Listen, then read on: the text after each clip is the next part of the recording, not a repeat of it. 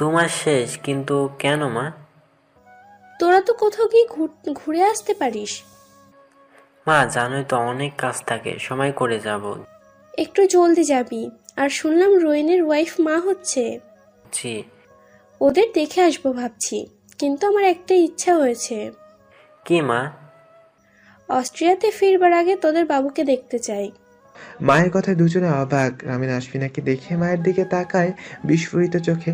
আশফিনা মাথা নিচু করে নেয়। উনি আবার বলেন, কি হলো, কিছু বলো ছোট বউ।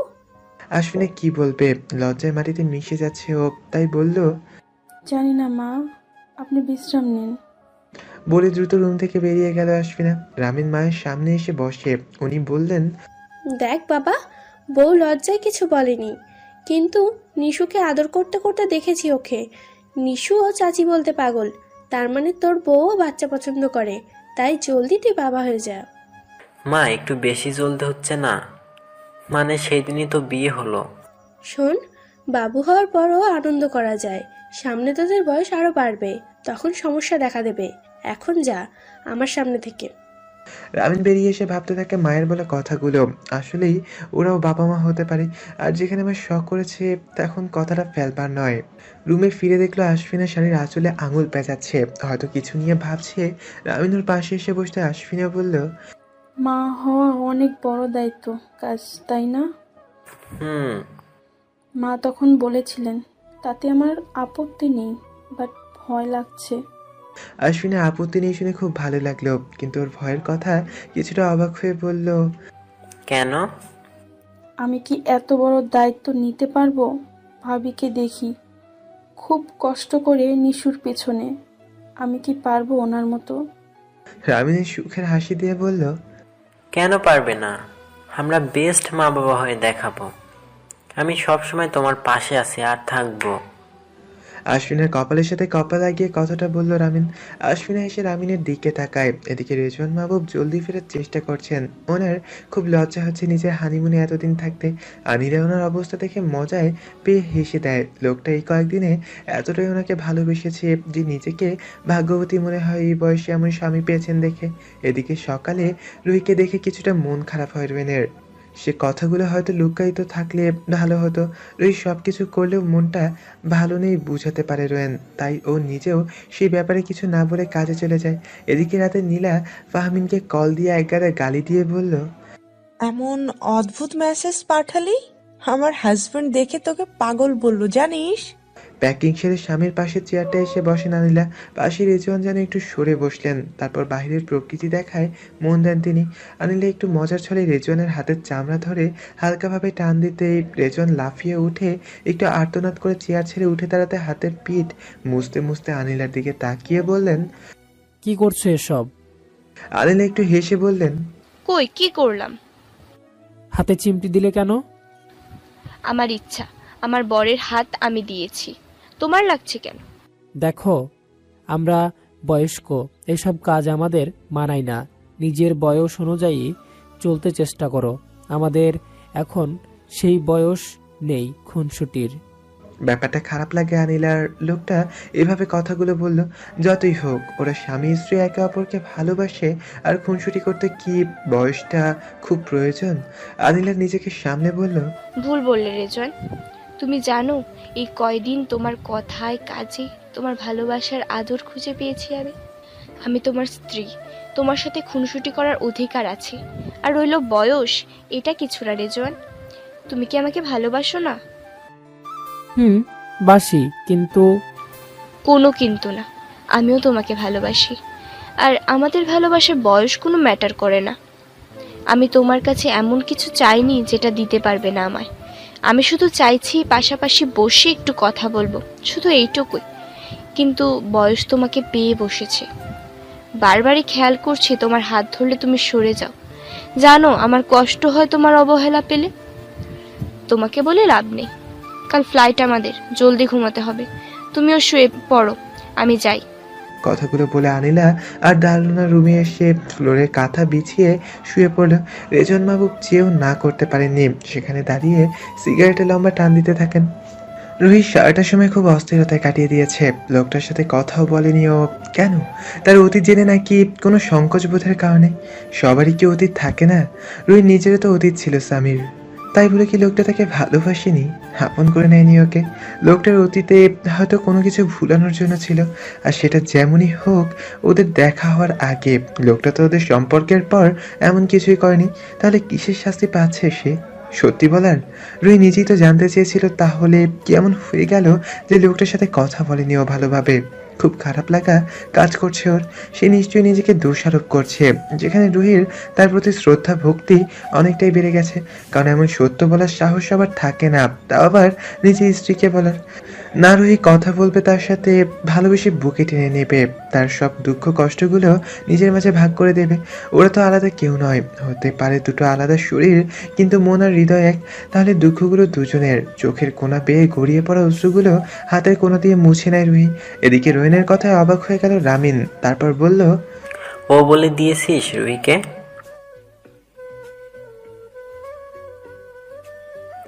জানার অধিকার থাকে, কিন্তু কিছু জিনিস গোপন রাখা উচিত নিজেদের সুখের জন্য। তার রুহি কি বলল?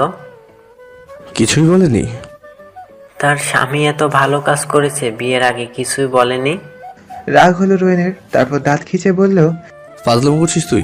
সেদিকেও আমার সাথে কথা বলছে না, আর তোর ফাজলামো আছে? তুই জানিস আমি এখন এসব নিজের একাকী রাতগুলো কাটাতে পারতাম।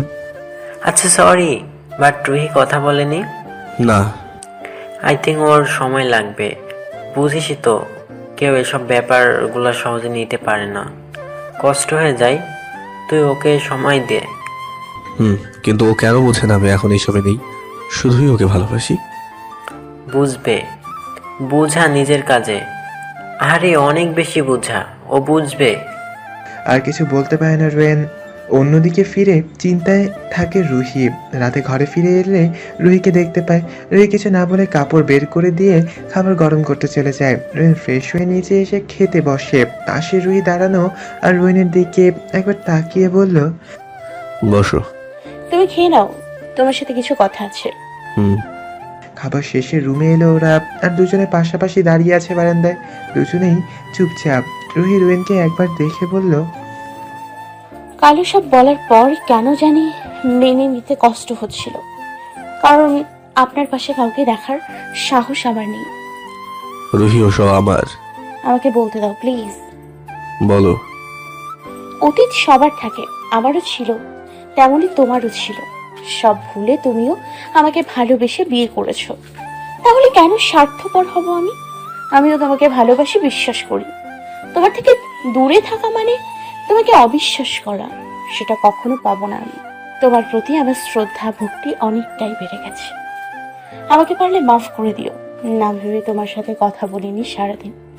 বুঝতে পারি তোমার কেমন খারাপ লেগেছিল, কারণ সেটা আমিও অনুভব করতে পারি। রুহির কথায় হাসি ফুটে ওঠে রোহিনের ঠোঁটে। ও বলল, মাফ চেয়েও না রুহি, তোমার জায়গায় অন্য কেউ হলে কথাই বলতো না, কারণ এটা সবাই মেনে নিতে পারে না। তুমি পেরেছো, এতেই খুশি আমি। অনেক বুঝতার হয়ে গেছো, ভালো লাগছে জেনে। রুহি রোহিনকে জড়িয়ে ধরে কাঁদতে থাকে। রোহিন রুহির চুলে হাত বোলাতে থাকে। হঠাৎ রোহিন বলল, এই ছোট্ট ছোট্ট বিচ্ছেদে কষ্ট পেও না, কারণ এগুলো আমাদের ভালোবাসাকে মজবুত করে। তুমি বুঝে কষ্ট পাও না? মিথ্যে বলবো না, কষ্ট পাই, তবে নিজেকে শক্ত রাখি, কারণ তোমাকে ভেঙে পড়তে দিতে চায় না। রুহি রোহিনকে দেখে একটু হাসলো। রুহির চেহারাটা জলজল করছে চাঁদের আলোতে। ব্যাপারটা এতটাই মোহনীয় আর নেশাযুক্ত যে নিজেকে আটকাতে পারে না। রোহিন রুহিকে ছুঁয়ে দিতে থাকে, রুহিকে আষ্টে পিষ্টে জড়িয়ে ধরে। দুজোড়া ওষ্ঠে দীর্ঘ চুম্বন ঘটিত হয়। কতটা সময় এভাবে কেটে যায় বলতে পারে না কেউই। এদিকে ফাহমিনের বান্ধবী নীলার কথায় বেশ অবাক। নীলা কি বলছে এসব? আবার ওর স্বামী ফাহমিনকে পাগলও বলল? না, এই অপমান নেওয়া যায় না। ফাহমিন নীলাকে বলল মেসেজে ওকে ফরওয়ার্ড করতে, আর মেসেজটা আসতে ফাহমিন হাসি আটকাতে পারে না। ডাইন তুই কালা, তোর চুল শাওড়া গাছের পাতার মতো। হাসলে মনে হয় যেন ভাঙা রাস্তায় কোনো ট্রাক যাচ্ছে। আমার কাছে আর কখনো আসবি না। তোকে দেখে সুন্দর পৃথিবীটাও কয়লার মতো কালো লাগে, ডাস্টবিনের মতো লাগে। গেট আউট, কালী ভূত। মেসেজটা দেখে ফাহমিনের আর বুঝতে দেরি হলো না যে কাজটা কার। তাই নীলাকে সরি বলে কলটা কেটে দিল। আর সে রাতটা পুরো হেসে কাটায় ফাহমিন। এত পাগল মেয়ে নিয়ে কই যাবে ও? অবশ্য পাগলিটা তো ওরই, কিন্তু কাজটা কেন করেছে সেটা ফাহমিনের অজানা। পরদিন সামাইরাকে কলেজের সামনে ধরেই বসায় ফাহমিন। সামাইরাকে আজ খুব সুন্দর লাগছে, শুনেছে আজ কলেজে কোনো একটা ফাংশন ছিল, তাই সেজেছে। আর ফাহমিন সেদিকে তোয়াক্কা না করে ওকে গাড়িতে বসিয়ে ড্রাইভে মন দেয়। একটা রেস্টুরেন্টে এসে থামলে ওরা। সেখানে ঢুকে খাবার অর্ডার করে ফাহমিন আর নিজের ফোনে সেই মেসেজ বের করে সামাইরার সামনে ধরলো। সামাইরার মুখ ভয়ে কালচে হয়ে ওঠে। ফাহমিন বলল, কেন পাঠালে এই মেসেজ? তোমার ভীত চোখ সামাইরা, আমি জানি তুমি পাঠিয়েছ। তুমি এখন বলো কেন পাঠালে? আপনার পাশে ওনাকে ভালো লাগে না দেখতে, আমার পছন্দ না। ফাহমিন কিছু বলতে পারলো না, শুধু হেসে সামাইরার দিকে চেয়ে থাকে। ঢাকায় ফেরার পর থেকে রেজন মাহবুব খেয়াল করেন আনিলার দূরত্ব অবলম্বন করছে তার থেকে। ব্যাপারটা বেশ কষ্ট লাগে ওনার। এমনকি রোহিন সহ সবাই খেয়াল করেছে ওনাদের এই দূরত্ব। 2-3 দিন 4 দিন কেটে যায়, কিন্তু আনিলা কোনো রকমই স্বাভাবিক হচ্ছে না। কথা বলে সাহস পাচ্ছেন না উনি। কোন মুখে বলবেন কথা? আনিলাকে পান নাও উনি বেশি সময় ধরে। রাত হলে অন্য ঘরে চলে যায়, একা খায়। রেজন মাহবুব যেন আবার একা হয়ে গেলেন। সেদিন অফিস থেকে ফিরে আনিলার হাত ধরে রুমে নিয়ে বলেন, কি হয়েছে জানতে পারি? কিছু হয়নি।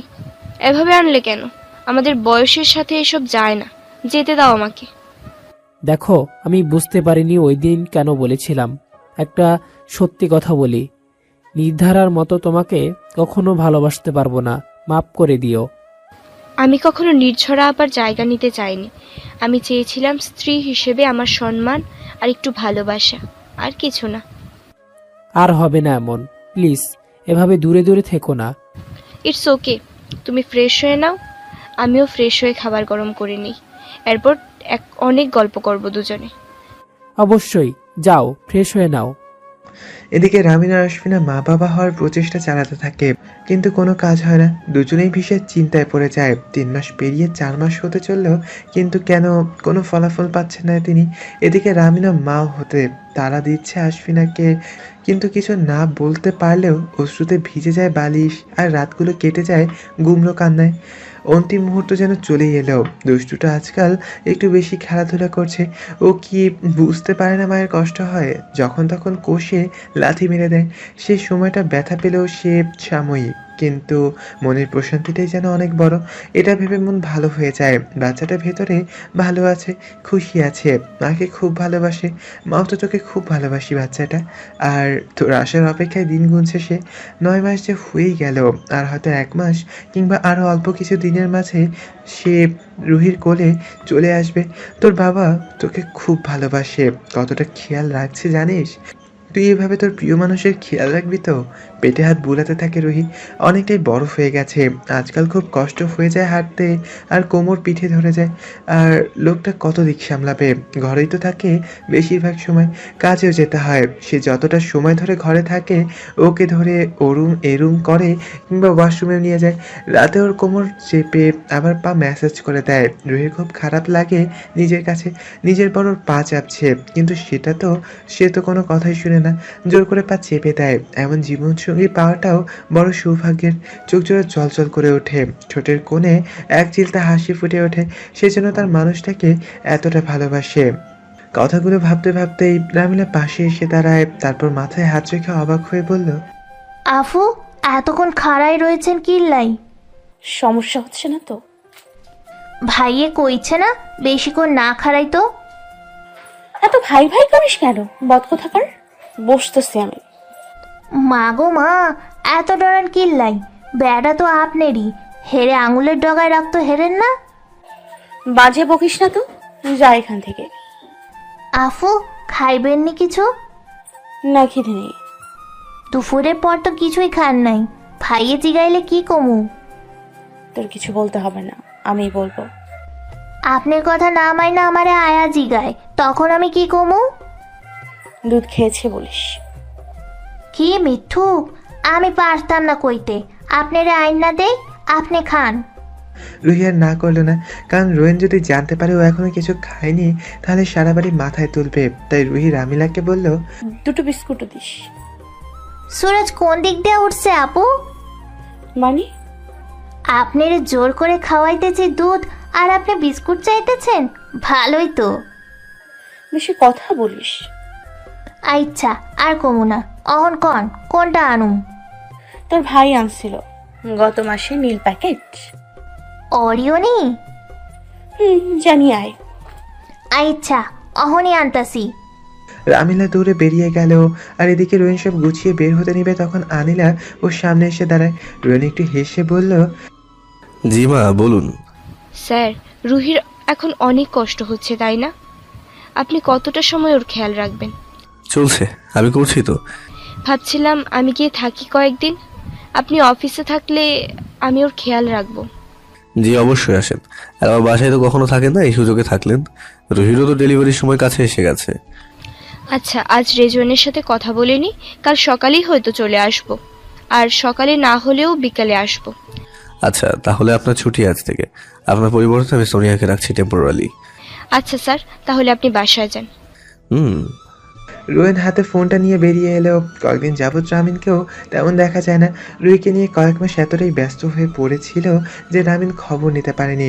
কথাগুলো ভেবে রামিনকে কল দেয়, আর সে গাড়িতে ঢুকে বসে। রোয়েন দুবার রিং হওয়ার পর রামিন কল রিসিভ করে। রোয়েন ধমকে বলল, বেঁচে আছিস? না থাকার মতো। তোর কি খবর? রুহি কেমন আছে? সব ভালো আছে। তোর কি হলো? কাল অফিসে এসে বলবো দোস্ত, শুধু দোয়া করিস আমাদের জন্য। Is everything fine? এখনো পর্যন্ত জানি না। কালই বলিস না হলে। ওকে, রাখছি দোস্ত। শিওর। রোয়েন ফোনটা রেখে একটু চিন্তায় পড়ে যায়। 28 বছরের বন্ধুত্বে রামিন কখনোই এমন দেখেনি। কি হলো ওর? কথাগুলো ভাবার মাঝেই ঘরে পৌঁছে গেল রোয়েন। এদিকে নীরা হামিদ আর আরমান হামিদ অনেকটা অবাক আর খুশিও, কারণ মেয়েটা যেন বড় হয়ে গেল কয়েক মাসে। বাচ্চামা করে না বলতে গেলেই চলে। আর আরমান হামিদ সেদিন যখন মেয়েকে কাছে ডেকে বলছিলেন, সামু ভাবছি কাল তোকে একটা টেডি বিয়ার কিনে দেবো, তোর না অনেক পছন্দ। বাবা, টেডি বিয়ার লাগবে না, পারলে একটা অ্যালার্ম ঘড়ি নিয়ে এসো। ছুটিতে উঠতে দেরি হয়, মা সব কাজ করে। তুমি কেন করবে আম্মু? বুয়া আছে তো। বুয়ার কাজ বুয়া করবে, আমার কাজ আমি করব। হঠাৎ তোর কাজ করতে হচ্ছে কেন? বাবা, আমি মাকে হেল্প করব, নয়তো কাকে করব বলো? তাও ঠিক। আচ্ছা, কাল তোর জন্য একটা অ্যালার্ম ক্লক আর আরেকটা সারপ্রাইজ গিফট নিয়ে আসবো। আরমান হামিদ খেয়াল করেন আগে সারপ্রাইজের কথা বললে খুশিতে লাফাতো মেয়েটা, আর এখন হালকা হেসে জিজ্ঞেস করলো, বাবা চা দিব? ঠিক আছে, চা খাই এক কাপ। সামারা বেরিয়ে গেল বাবার সামনে থেকে। পরদিন ফাহমিনকে দেখা করতে বলেছে ওকে। লোকটাকে 6 মাস যাবৎ দেখছে ও। ওর প্রতি ওর ব্যবহারের কোনো পরিবর্তন নেই। খুব সুন্দর করে কথা বলে, কখনো রেগে যায় না। ওকে বুঝতে চেষ্টা করে, ওর নিজেরও ভালো লাগে লোকটার সাথে সময় কাটাতে। বড় আপন মনে হয় তাকে। সেটার কারণ বরাবরই অজানা সামাইরার কাছে। বাবার চা দিয়ে পড়ায় মন দিল সামাইরা। এদিকে ঘরে ঢুকে রামিলার কাছে রুহির পুরো দিনের খাবারের খবর নিয়ে রুমে আসলো রোয়েন। রুহি রোয়েনকে দেখে উঠে এসে ওর গালে চকলেট মাখানো ঠোঁট লাগিয়ে চুমু খেলো। রোয়েন রুহির ঠোঁটের উপর থেকে চকলেটের আঙুল লাগিয়ে সেটা মুখে পুরে বলল, ঘরে আসতেই চকলেটই কেস, সেটা ঠোঁটে হলে জমতো। শক্ত তো, যাও ফ্রেশ হয়ে নাও, তোমার খাবার গরম করে রেখেছি। ওকে তুমি বসো, অস্থির হতে হবে না, আমি ফ্রেশ হয়ে নিচ্ছি। খাবার রুমে পাঠাতে বলি? কি দরকার রুহি? আমার সামনে খাবে। নিচে গিয়ে খেতে কত সময় লাগবে বলো? এখানে আনিও না। আচ্ছা। ফ্রেশ হয়ে নিচ থেকে খেয়ে উপরে আসে রোয়েন। রুহি পেটে হাত বোলাচ্ছে শুয়ে শুয়ে। রোয়েন এসে পেটের উপর হাত রেখে অনুভব করতে থাকে বাবুর পদচারণা। এটা তো মধুর। এতটা মধুর কি করে হয় জানে না কেউই। রোয়েন রুহির পেটে অনেকগুলো চুমু খেয়ে বলল, জলদি চলে আয় বাবা, তোর মাকে অনেকদিন মন ভরে আদর দিই না। কি? ছি, কি বলছো ওর সামনে? কি ভাবে ও? বাবার মুখে কোনো কথা আটকায় না। কখনো বলিনি এর আগে, কিন্তু আজকাল খুব করে চাই তোমাকে। আমিও খুব চাই। ওকে আসতে দাও তারপর। লজ্জায় দু হাতে মুখ ঢেকে নিল রুহি। রোয়েন দুষ্টু হেসে মুখ বাড়িয়ে দু হাতের পিঠে চুমু খেলেও। এদিকে পাশে শুয়ে থাকা আশফিনের দিকে তাকায় রামিন। ওর শরীরটা কেঁপে কেঁপে উঠছে। বুঝতে দেরি হয় না মেয়েটা কাঁদছে। রামিন হাত বাড়িয়ে আশফিনের মাথায় হাত বুলিয়ে বলল, কাল হাসপাতালে যাব, প্লিজ কেঁদো না। অবশ্যই এর চেয়ে বেশি কিছু বলার মতন পায়নি রামিন। ওরা এতটা মাস বাবুর জন্য চেষ্টা করেও ব্যর্থ। অপরবেলা কি ওদের কান্না দেখছে না? খালি হাতে ফিরবে ওরা? দুজনেই তো রোজা রেখেছিল, তাহাজ্জুদে পড়েছে সব নামাজের সাথে, তাহলে কেন কিছুই হচ্ছে না? পরদিন দুজনে হাসপাতালে চলে এলো। ডাক্তার আশফিন আর রামিন দুজনকে টেস্ট করাতে বলল। দুজনে বেরিয়ে পড়লো টেস্ট করাতে। সেটার রিপোর্ট হাসপাতালে আনার পর ডাক্তার যা বললেন তা শোনার জন্য কেউই প্রস্তুত ছিল না। ডাক্তার জিজ্ঞেস করেই বসলো, মিসেস আফসিনা, আপনার ইউট্রাস তো খুব আঘাতপ্রাপ্ত। কখনো ইন্টারনাল ব্লিডিং হয়েছিল? কিন্তু কেন, কি হয়েছে? হয়েছে অনেক কিছুই। আপনার গত 4 মাস যাবত ট্রাই করছেন, রাইট? জি। রিপোর্ট তো ভালো না, আপনি কখনো কনসিভ করতে পারবেন না। আশফিনা যেন জমে গেল, চোখে ভারী হয়ে উঠল তার অশ্রুতে। রামিন বলল, কোনো উপায় নেই। আমার কাছে এখন নেই, আপনারা বাইরে যেতে পারেন, তবে মনে হয় না কোনো ফল আসবে। রামিন আশফিনাকে নিয়ে বেরিয়ে এলো। আশফিনা কান্না করতে শুরু করেছে।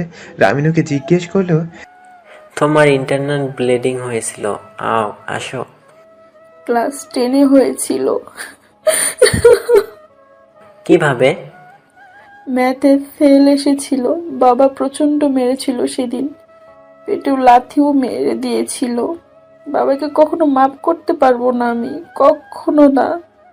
আশফিনা জোরে কাঁদতে শুরু করে। রামিন ওকে জড়িয়ে নেয় বুকে। তারপর বাসায় দিয়ে আসে কাজে রামিন। রোয়েন আজ আনিলের কাছে রুহিকে রেখে এসেছে। বেশ নিশ্চিন্ত লাগছে ওকে। রামিনকে দেখে কাল রাতের কথা মনে পড়লো ওর। রামিন রোয়েনের সামনে এসে বসলো।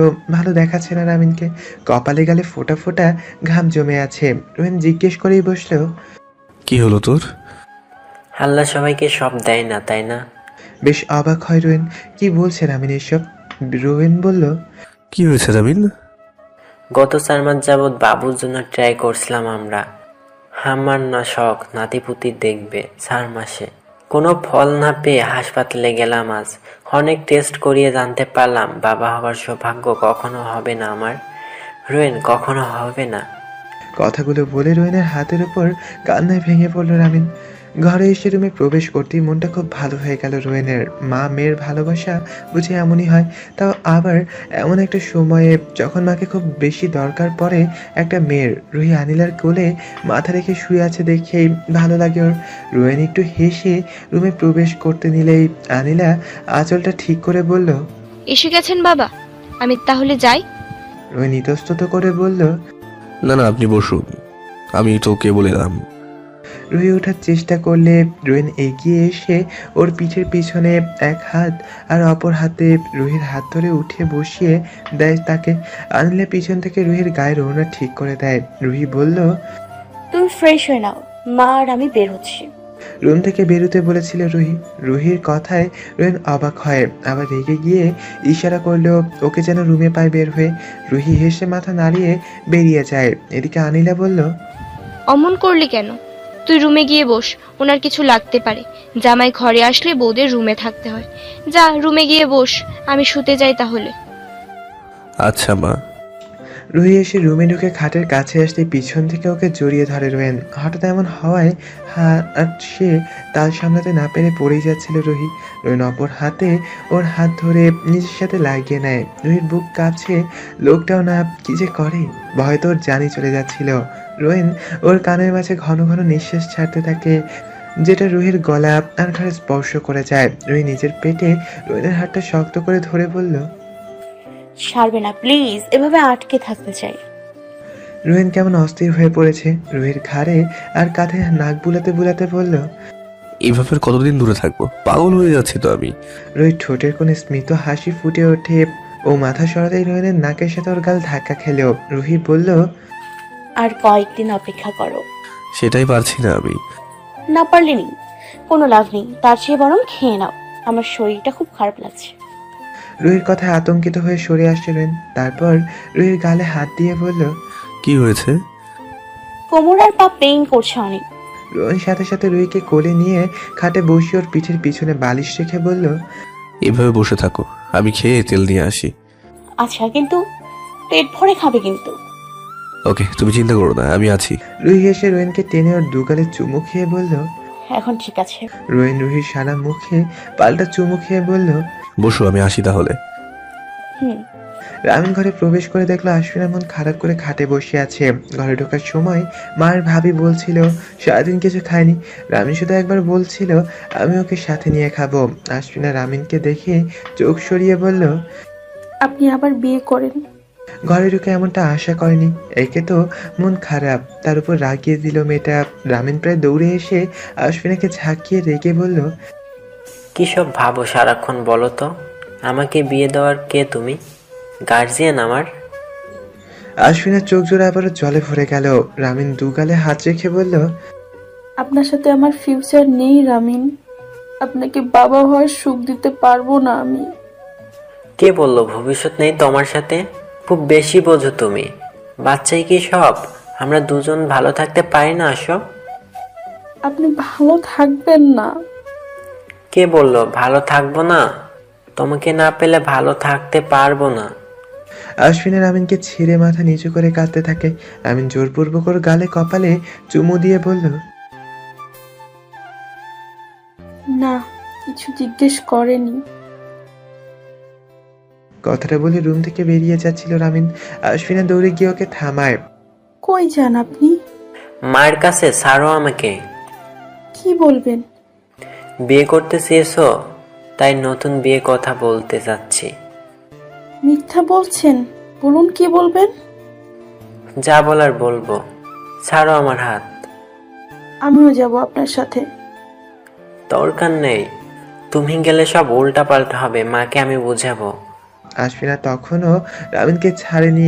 ও জানে রামিন কি বলতে পারে, তাই আশফিনা বলল, মিথ্যা বলবেন জানি, পুরো সমস্যা আপনার, সেটা বলবেন বুঝতে পারছি আমি। রামিন, এটা ঠিক হবে না। সামনে সত্যিটা আসলে সবাই কষ্ট পাবে। এর চেয়ে ভালো সত্যিটাই বলবো, যা হবার হবে। রামিন কিছু বলতে পারে না। তারপর একটা নিঃশ্বাস ছেড়ে বলল, চলো আমার সাথে। আশফিনা আর রামিন দুজনেই মায়ের কাছে আসে। আশফিনা বলল, মা, আজ হসপিটালে গিয়েছিলাম। ও হ্যাঁ, ভুলেই তো গিয়েছিলাম। কি বললো ডাক্তার? রামিন আশফিনার দিকে তাকিয়ে কিছু বলতে নিলে আশফিনা বলল, সরি মা, মাফ করবেন, আমি কখনো মা হতে পারবো না। ধাক্কাটা সামলাতে অনেকটা সময় লাগে রামিনের মায়ের। আশফিনাকে উনি দেখেছিলেন মনমরা হয়ে বসে থাকতে। আজ এখানে যদি ওনার রামিসা থাকতো, তখন উনি কি করতেন? এত কিছু ভেবেও ভীষণ খারাপ লাগছে ওনার। ছোট ছেলের নাতিপুতি দেখবে না ভেবে, কিন্তু আশফিনার রামিন হয়তো আরো বেশি কষ্ট পাচ্ছে। অনেকটা সময় নিয়ে উনি বললেন, আসো এদিকে আয়। এতক্ষণ ভয় লাগলেও এবার একটু সাহস পেল আশফিনা। ধীর পায়ে মায়ের সামনে এসে বসলো। উনি আশফিনার চুল হাতিয়ে বললেন, একদম মন খারাপ করবি না, আল্লাহ চাইলে একদিন তোর কোল পরিপূর্ণ হবে। তুই আমার মেয়ে, আগে পরে বউ। একদম আমাদের কথা ভেবে মন খারাপ করবি না, বুঝলি? আশফিনার চোখে পানি এসে গেছে। শাশুড়ি কি আদৌ এমন হয়? আশফিনা আমাকে জড়িয়ে ধরলো। এদিকে রামিন হাসছে। ওর মা এতটা ভালো আগে কেন বুঝলো না ও? এদিকে সামিরার মনটা কেমন করছে। ক্লাসে বসেও কলম কামড়ে যাচ্ছে, অস্থিরতা কাজ করছে কেমন যেন। আজ লোকটার সাথে দেখা হবে। টিচার থেকে আড়াল করে ছোট্ট আয়নায় নিজেকে একবার দেখে নিল সামিরা। না, ভালোই তো লাগছে। ও শুধু শুধু ভয় পাচ্ছিল। ছুটির ঘন্টা বাজতেই দৌড়ে ওয়াশরুমে এলো সামাইরা। চোখে কাজল আর একটু লিপস্টিক লাগিয়ে বেরিয়ে এলো। ফামিনকে না দেখে মনটা খারাপ হয় ওর। কয়েকটা মিনিট পর ফামিন হাসপাতালের সামনে এসে দাঁড়িয়ে আশেপাশে খুঁজতে থাকে। হঠাৎ পিছন থেকে কেউ বলল, কাউকে খুঁজে হচ্ছে বুঝি? না, কাউকে না, জানতো। বলেই থেমে গেল সামাইরা। তারপর পিছু ফিরে দেখলো ফামিন হাসছে ওর দিকে তাকিয়ে। সামাইরা তাকাতেই বলল, চলে যাব। উফ, এতক্ষণ ওয়েট করিয়েছেন আর এখন এসে নাটক জুড়ে দিলেন। খুব ওয়েট করিয়েছি। সামিনা রেখে মুখ ফিরিয়ে নেয়। ফামিনের বেশ ভালো লাগছে। ওর টমেটোর মতন গাল দুটো ছুঁয়ে দিতে ইচ্ছে করছে। হঠাৎ সামিরাকে টেনে অফিসের ভিতরে ঢুকিয়ে নিজের কেবিনে এনে ওকে দেয়ালে চেপে ধরে। আর সামিরার চোখ বড় করে তাকিয়ে আছে ফামিনের দিকে। ফামিন কিছু বলছে না, ভারী ভারী নিঃশ্বাস ছাড়ছে। হঠাৎ সামিরার যেন সব বন্ধ হয়ে এলো।